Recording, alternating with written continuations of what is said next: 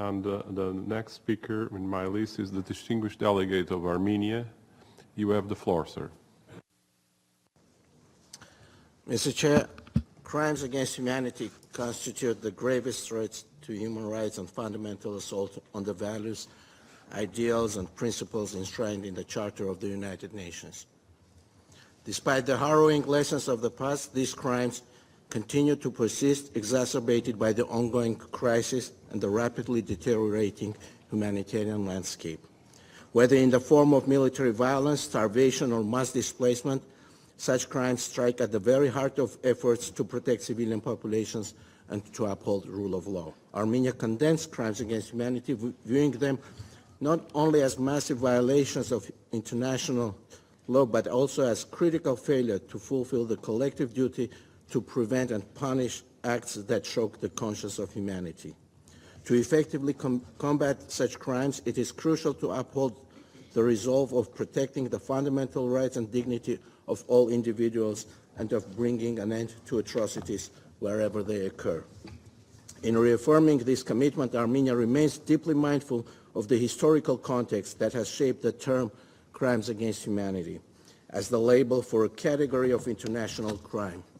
Armenia's own history continues to stand as a stark reminder of the international community's failure to prevent the horrors of genocide, a failure that was exacerbated by the absence of preventive mechanisms and the breakdown of international order at the time.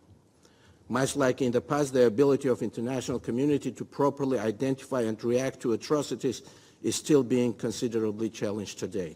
Mr. Chair, prevention of atrocities in line with the principle of responsibility to protect must remain central to all efforts, establishing a positive obligation on states to implement necessary measures to avert crimes against humanity. As the main sponsor of the biennial resolution on prevention of genocide, traditionally adopted by consensus at the Human Rights Council, Armenia is committed to strengthening preventive mechanisms, particularly by countering policies rooted in discrimination, intolerance, and hate speech.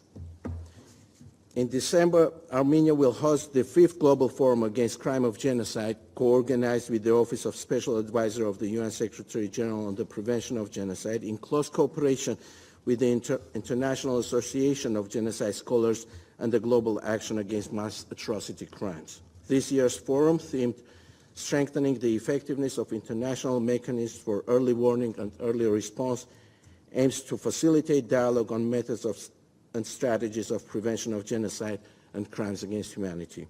Armenia is committed to reinforcing frameworks for the effective protection of human rights and accountability, and supports efforts to strengthen the international legal system to this end.